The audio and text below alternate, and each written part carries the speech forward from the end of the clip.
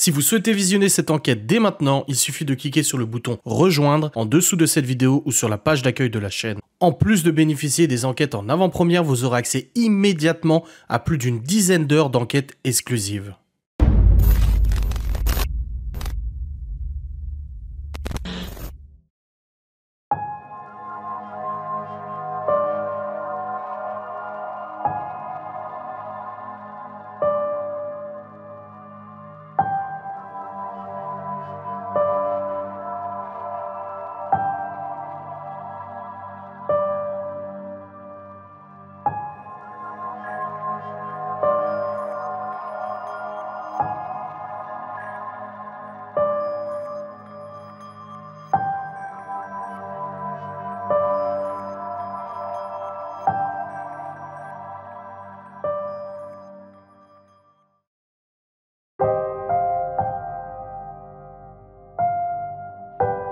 J'ai l'impression de beaucoup d'allées et venues par le passé dans ce lieu. Ça court, ça crie, ça déambule et ça joue à des parties de cache-cache.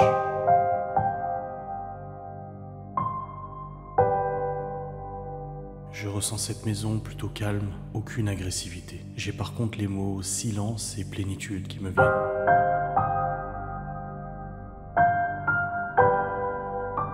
Et également le mot abandon, comme si tout s'était stoppé du jour au lendemain, qu'il fallait partir et qu'il fallait se faire une raison.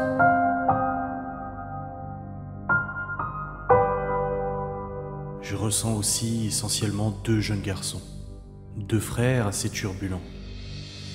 Le plus petit porte un short et a des cannes de sort. J'entends par là qu'il est très mince et c'est une petite canaille hyper gentille et très farceur.